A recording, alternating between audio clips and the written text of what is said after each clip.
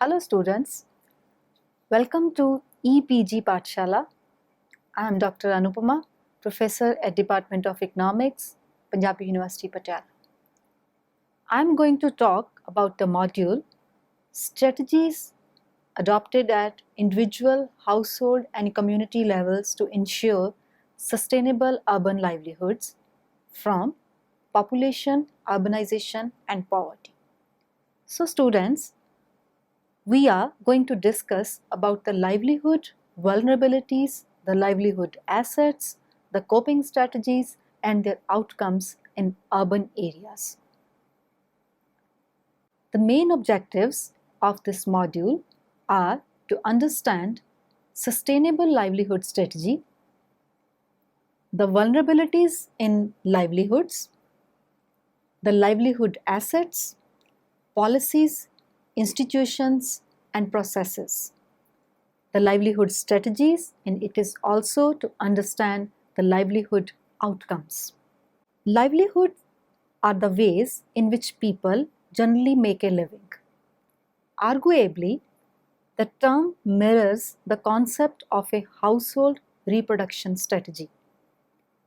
Livelihoods involve a series of economic and non-economic activities, combinations of entitlements and assets, which together are aimed at ensuring the survival and well-being of household members.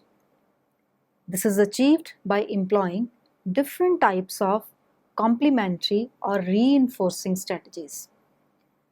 The livelihood strategy is actually differentiated from the coping strategy and the adaptive strategy. A survival or coping strategy is actually a short-term response to shocks and stresses and is implemented in order to cope with external and unexpected hardships of life.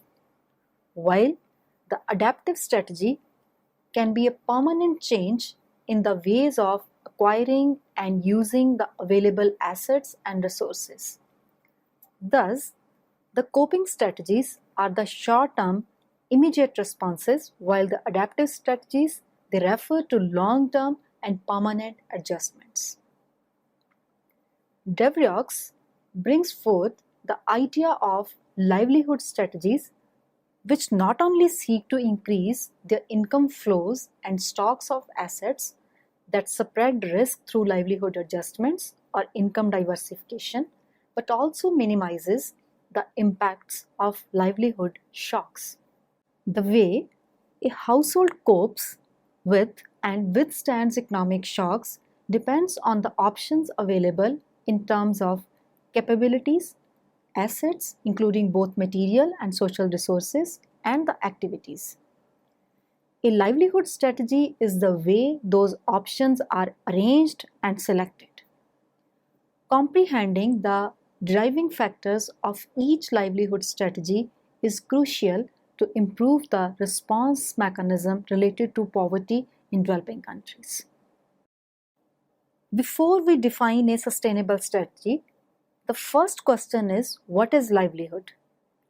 Actually, the word livelihood can be used in many different ways. A livelihood comprises the capabilities, assets including both material and social resources and activities required for means of living. A livelihood is sustainable when it can cope and recover from stresses and shocks and maintain or enhance its capabilities and assets both now and in future while not undermining the natural resource base. Thus, the sustainable livelihood strategy is a way to improve understanding of the livelihoods of poor people. It draws on the main factors that affect poor people's livelihoods and the typical relationships between these factors. It can be used in planning new development activities and in assessing the contribution that existing activities have made to sustainable livelihoods. From an individual's point of view, we can understand it through a sustainable livelihood framework. This takes into account the livelihood assets an individual or a household owns and can use. These can include natural resources, technologies, their skills, knowledge and capacity, their health, access to education, sources of credit, or their networks of social support. The extent of their access to these assets is strongly influenced by their vulnerability context, which takes account of trends, for example, economic, political, and technological, as well as shocks, for example, epidemics, natural disasters, civic strife, etc., and the seasonality, for example, the prices, production, employment opportunities. Access is also influenced by prevailing social, institutional, and political environment, which affects the ways in which people combine and use their assets to achieve their goals. These are their livelihood strategies. Thus, the Sustainable Livelihood Framework shows the main components and their interrelationships. It does not work in a linear manner and does not attempt to provide an exact representation of reality. Rather, it seeks to provide a way of thinking about the livelihoods of poor people that will stimulate debate and reflection about the many factors that affect livelihoods, the ways they interact, and their relative importance within a particular setting. This should help in identifying more effective ways to support livelihoods and reduce poverty.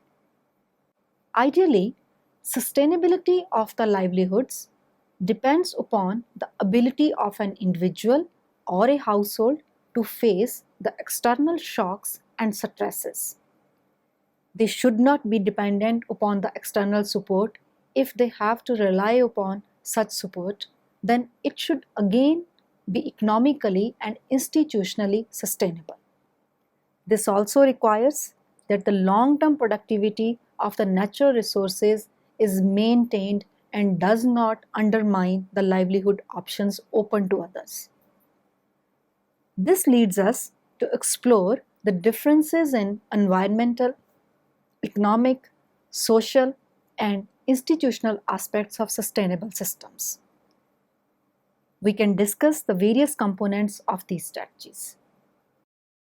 First of all, let us discuss about various types of sustainabilities. The first sustainability is that of environmental sustainability. Environmental sustainability is achieved when the productivity of life-supporting natural resource is conserved or enhanced for use by future generations. Another sustainability is economic sustainability. Economic sustainability is achieved when a given level of expenditure can be maintained over time. In this context of the livelihoods of the poor, economic sustainability is achieved if a baseline level of economic welfare can be achieved and sustained. One more important sustainability is social sustainability. Social sustainability is achieved when social exclusion is minimized and social equity is maximized. Institutional sustainability is also important sustainability. Institutional sustainability is achieved when prevailing structures and processes have the capacity to continue to perform their functions over the long term. Thus, the sustainable livelihood approach is an integrated development method. It involves an assessment of community assets, adaptive strategies, and technologies contributing to livelihood systems, and the analysis of cross-sectoral policies and investment requirements to enhance livelihoods. Now we can analyze various components of sustainable livelihood strategy. As we have observed in figure 1, that livelihood strategy of the individuals depend upon a number of factors including their vulnerabilities and assets. All of these can be mentioned as follows. First of all, let us discuss about the vulnerabilities. The vulnerabilities of individuals and households are determined by the external environment which is beyond their control. People's livelihoods and the wider availability of the assets are fundamentally affected by critical trends as well as by shocks and seasonality. DFID has given a list of such trends, shocks, and seasonalities, which may hamper a person's livelihood opportunities. These are given in Chart 1. The chart shows that the national macro trends as well as individual shocks may turn individuals vulnerable to poverty. The conditions may also be created or aggravated with certain seasonalities. The shocks can destroy the assets directly. Many times, people are forced to abandon their homes and fields due to these shocks. For example, in case of a natural shock such as floods, earthquakes, etc. Similarly, the seasonal shifts in prices, output, and employment opportunities may also lead to uncertainties in livelihood options for the individuals and the households. On the other hand, the impact of macro trends is assumed to be favorable and more predictable on the choice of livelihood strategies. But it may not always be true, as the national policies may not have equal impact on all sections of the society. In such processes, the livelihood opportunities for the poor with little physical and human resources are further constrained. There may exist a circular relationship between the factors and the vulnerabilities of the individuals. For example, the inherent fragility of poor people's livelihoods makes them unable to cope with stresses. Whether predictable, it also makes them less able to manipulate or influence their environment to reduce those stresses. As a result, they become increasingly vulnerable, and even when trends move in the right direction, the poorest are not benefited because they lack assets and strong institutions working in their favor. Therefore, the vulnerabilities of the poor should be adequately addressed to enable them to cope with uncertainties of life. It can be achieved through supporting poor people to build up their assets by increasing the people's access to appropriate financial services and providing social security under uncertain situations. Now let us discuss about livelihood assets. As we have seen in figure 1, that the livelihood strategies of the individuals are greatly determined by the assets people own. The livelihood framework has been identified with 5 core assets or types of capital on which the livelihoods are based. These are human capital, social capital, natural capital, physical capital, and financial capital. It is believed that no single asset can be helpful in earning the livelihoods for an individual, and therefore a range of these assets is required for positive livelihood outcomes. Thus, for poor people whose access to these assets is very limited, there is a need to find ways to increase this access so that sustainable ways to earn their livelihoods can be found. In figure 2, a pentagon is drawn to the relationship among all these assets. DFID emphasizes that the shape of the pentagon shows the type of relationship that exists among these assets. The shape of the pentagon can also be used to show the variation in people's access to assets. The center point of this pentagon shows zero access to assets, while the perimeter represents the maximum access to assets. Adding the time dimension to the existing access to the assets, we are able to find changes in the assets required by the group or communities. In panel A of figure 3, we can see a decline in social and physical capital while panel B shows a simultaneous increase in social, physical, financial, and human capital, leading to an increase in perimeter of the pentagon. It is important to note that a single physical asset can generate multiple benefits. If someone has secure access to land, they may also be well endowed with financial capital, as they are able to use the land not only for direct productive activities but also as collateral for loans. A sustainable access to physical and financial capital may also increase the access of human capital. Thus, in order to develop an understanding of these complex relationships, it is necessary to look at the types of structures and processes that transform assets into livelihood outcomes. In this slide, we can discuss each of the assets and how they help individual households and communities in increasing their livelihood options. For this, we can see figure 4. The figure gives an overview of the interaction among various livelihood assets and their outcomes, which come into reality and take a certain shape only under given policies, institutions, and processes. Let us discuss these aspects one by one. The most important aspect is human capital. Human capital represents the skills, knowledge, ability to labor, and good health that enhance the people's ability to pursue different livelihood strategies. At a household level, it is an important means of achieving livelihood outcomes. Deprivation on dimensions of education and health may also lead to fewer and poor quality livelihood options.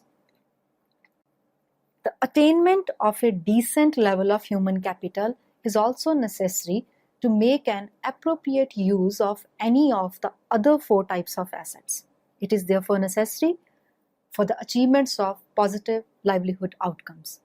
To enhance the human capabilities, both the direct and indirect support to human capital development is required.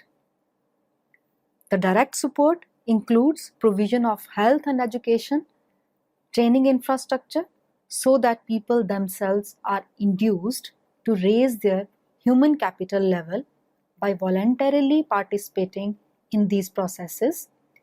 But if the existing cultural and institutional reforms are impeding these processes, the direct support includes provision of health and education training infrastructure so that people themselves are induced to raise their human capital level by voluntarily participating in these processes. But if the existing cultural and institutional reforms are impeding these processes, the indirect measures such as the change in local institutions, that is cultures and norms, is required. By a combination of these measures, people are able to enter the virtuous cycle of positive livelihood outcomes, as health and education status have positively influence upon income levels, and higher income levels, people invest more in education and health. Another important capital is social capital. The social capital is defined as social resources upon which people draw in pursuit of their livelihood objectives. These include networks and connectedness, membership of formalized groups, relationship of trust, reciprocity, and exchanges.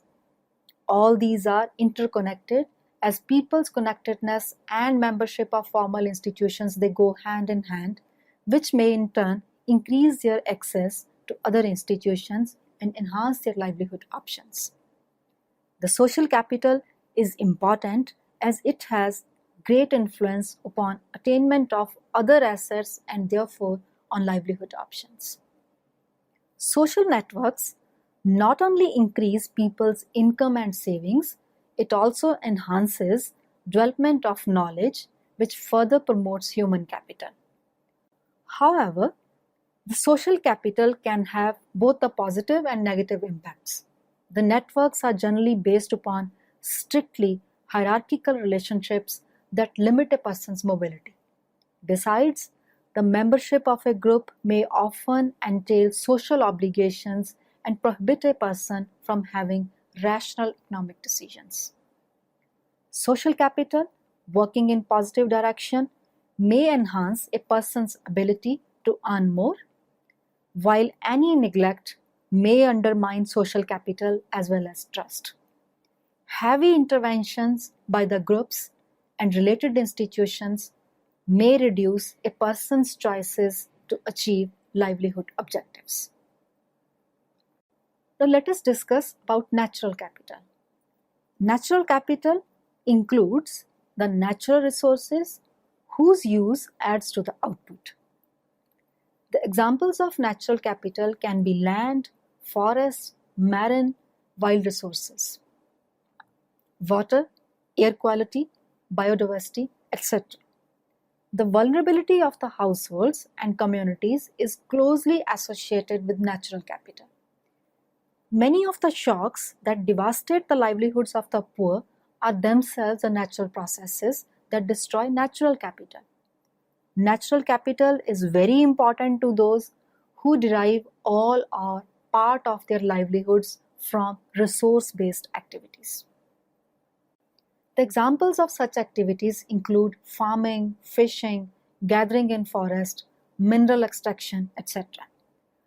However, even beyond the production activities, it is also true that no one can survive without help of key environmental services and food produced from natural capital.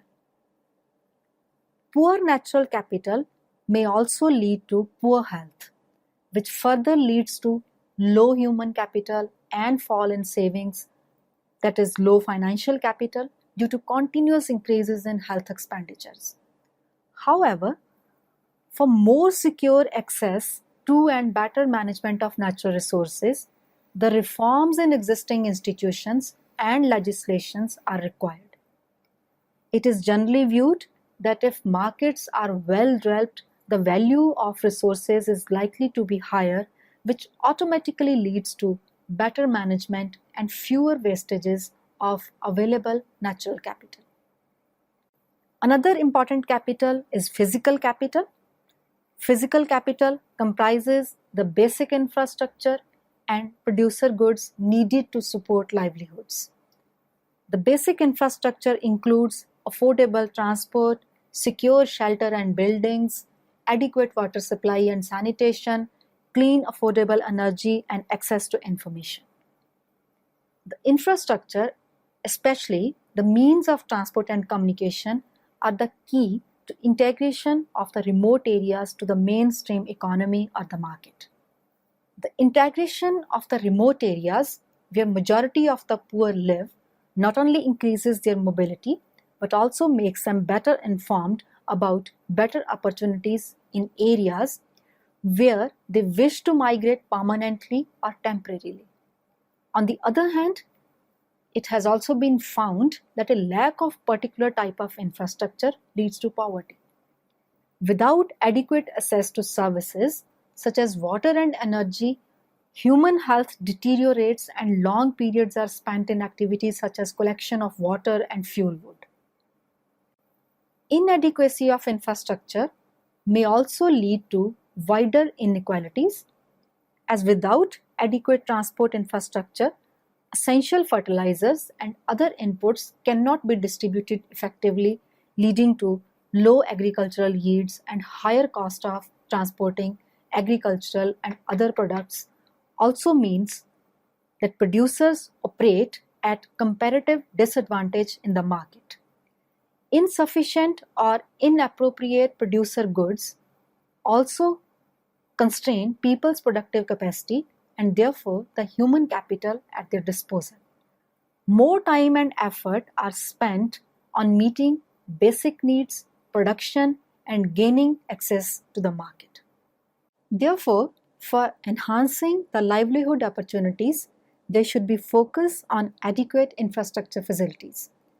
Physical capital, in particular the infrastructure, can be expensive. It requires not only initial capital investment but an ongoing commitment of financial and human resources to meet the operation and maintenance cost of the services. The emphasis is therefore on providing a level of service that not only meets the immediate requirements of the users but is affordable in the long term. It can also be important to provide simultaneous support to skill and capacity development to ensure effective management by local communities. Infrastructure is only an asset in as far as it facilitates improved service provision to enable the poor to meet their needs. Let us discuss about financial capital. The financial capital refers to financial resources that people use to achieve their livelihood objectives.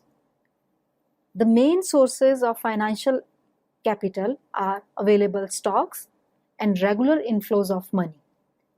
Available stocks mainly generated from savings are the preferred type of financial capital because they do not attach any liability for their use. These can be held in shape of bank deposits, cash holdings, livestock, or jewelry.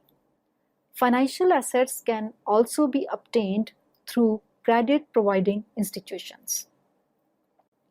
On the other hand, the regular income inflows also include pensions, transfers from the state, and remittances along with the earned income. Financial capital is considered to be the most important asset which is used for direct achievement of livelihood outcomes. However, the financial capital is least available to the poor. It is because of low availability of financial capital that other types of capital assume greater importance for the poor. Now we can discuss the policies, institutions, and the processes. Policies, institutions, organizations, and the processes are the important determinants that shape the livelihood strategies of the households and the communities. They effectively determine the access to various types of capital, the terms of exchange between different types of capital, and economic and non-economic returns to any given livelihood strategy. In addition, they have a direct impact upon the average earning levels and inequalities. The structures, which include the public sector, the private commercial sector, and civil society, are especially instrumental in framing and enforcing conducive legislation, mobilizing and managing resources at the household and community level. Policies and institutions are important set of man-made external factors that influence the range of livelihood options open to different categories of people. They also influence access to assets and vulnerability to shocks. Chart 2 shows that institutions include both formal and informal organization. The political, economic, as well as socio-cultural institutions which set the rules in their respective spheres. Here, the formal organizations include the membership organizations, such as cooperatives and registered groups, while the informal organizations are self-constituted groups by a number of people sharing some common interest. The political institutions cover parliament as well as the judiciary. The economic institutions refer to the set of rules governing market, private companies, and other economic infrastructure, and the socio-cultural institutions are the unsaid, unwritten rules governing our day-to-day social life.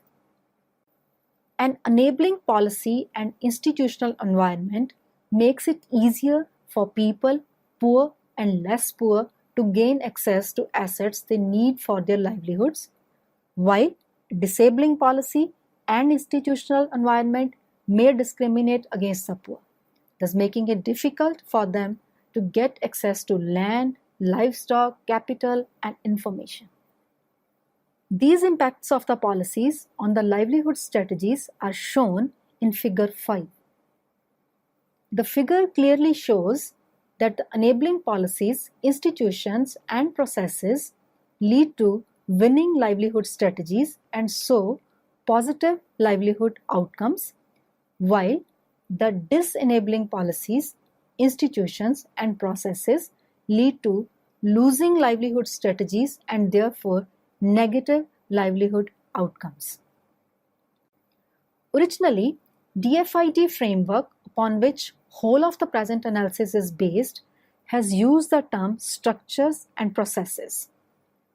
Instead of policies, institutions and processes, and emphasize that by transforming the structures of processes favorably, the households and communities are enabled to attain positive livelihood outcomes. Therefore, it is important here to elaborate the structures and processes and their impacts on livelihoods of households and the communities. So let us discuss first about structures. Structures in the livelihood framework include the organizations, both private and public, that set and implement policy and legislation, deliver services, and perform all other functions that affect livelihoods. They draw their legitimacy from the basic governance framework. Structures exist at various levels.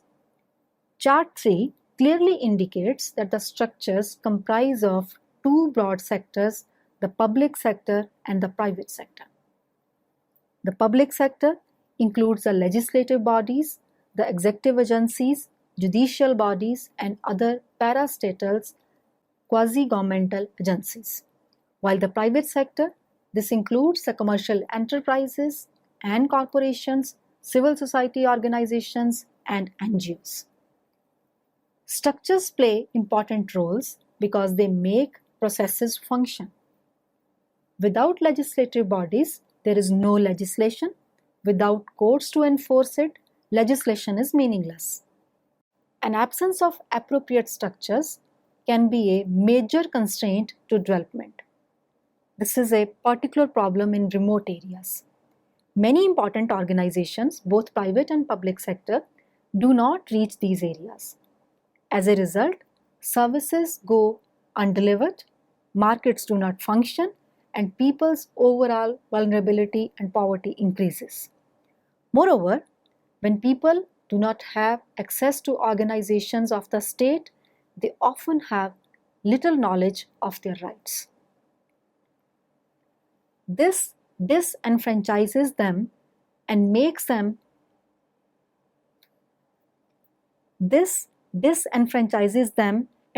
it hard for them to exert pressures for change in the processes that affect their livelihoods. Therefore, it is suggested that the structures should adequately respond to the needs of the poor, and if they do not do so, there should be reforms within the structures. Now let us discuss about processes. If the structures are the players of the game, the processes are rules of the game. They determine the way in which structures and individuals operate and interact. These include the policies, the legislation, institutions, culture, and power relations. For this, we can see chart 4. These processes not only operate at different levels, but they may also overlap and conflict with each other. The policies inform the development of new legislation and provide a framework for the action of the public sector implementing agencies and their subcontractors, while the institutions show the standard operating practices, routines, conventions, and customs are the way things are done. The institutions are embedded in and develop out of the culture of communities or larger societies. Further, the culture often includes widely recognized hierarchies of power relations that confer a particular status on people and constrain their behavior and opportunities according to factors that are essentially out of their control. The processes are important ways through which the choices of the people, their access to assets, the resilience to shocks and vulnerabilities are determined, which further influence the livelihood options of individual households and communities. Therefore, it is suggested that the government and non-government bodies should build or reform policies, laws, and institutions so that they provide better opportunities to the poor. Livelihood strategies. The term livelihood strategy indicates the choice, opportunity, and diversity which people may exercise to achieve their livelihood goals. These strategies are intimately connected with people's objectives, that is, the beneficial livelihood outcomes that they seek. The more choice and flexibility that people have in their livelihood strategies, the greater is their ability to withstand or adapt to the shocks and stresses of life. The sustainable livelihood approach, by contrast, seeks to develop an understanding of the factors that lie behind people's choice of livelihood strategy, and then to reinforce the positive aspects, that is, the factors which promote choice and flexibility, and mitigate the constraints or negative influences. This does not try to promote any given livelihood strategy simply because the raw materials, that is the forest, land, employment opportunities for this already exists. This expansion of choice and value is important because it provides people with opportunities for self-determination and the flexibility to adapt over time. It is most likely to be achieved by working to improve poor people's access to assets, the building blocks for livelihood strategies, and to make the structures and processes that transform these into livelihood outcomes more responsive to their needs. One of the many problems of development is that the available livelihood strategies may compete with each other. Therefore, it is important to recognize that people compete for jobs, for markets, to secure better prices, etc. This makes it difficult for everyone to achieve simultaneous improvements in their livelihoods. The sustainable livelihood approach values social sustainability, inclusion, and equity and prioritizes the interest of the poor. But the poor are themselves a heterogeneous and internally competitive grouping. This competitiveness points toward the importance of extending choice and opportunities to the poor and building up their ability to take advantage of these opportunities through building their capital assets, while leaving them to make the final choice of what they will do besides thinking about safety nets for those who remain unable to achieve their livelihood objectives in what will always be a competitive environment. Now let us analyze the livelihood outcomes. The livelihood outcomes are achievements or outputs of livelihood strategies. These include more income, increased well-being, reduced vulnerability, improved food security, and health outcomes, along with sustainable use of natural resource base. However, it must be kept in mind that all the livelihood outcomes may be conflicting with each other. For example, the increased income may not surely lead to increased well-being in the same proportion. Many times, there can be conflicts between the communities in their efforts to improve their livelihood outcomes. For example, an increase in income of a particular group can be achieved through the practices that are detrimental to natural resource base, or perhaps different family members prioritize different livelihood objectives. Some seeking to reduce vulnerability, while others seek to maximize income streams. Despite all these conflicts, any livelihood strategy can only be judged on basis of the contribution towards achievement of the livelihood outcomes that people consider important. So students, let us summarize what we have learned in this module. To sum up, we can state that the sustainability of the livelihood depends upon the ability of an individual or a household to face the external shocks and stresses. This requires that the long-term productivity of the natural resources is maintained and it does not undermine the livelihood options open to others. Thus, the livelihood strategies which are sustainable for the households and communities are integrated systems which bring individual approaches together to achieve sustainable development. It involves an assessment of community assets, the risks, shocks, and vulnerabilities, and the structures and the processes that contribute to livelihood systems. With this, we end this module. I hope you must have enjoyed this lecture. Thank you.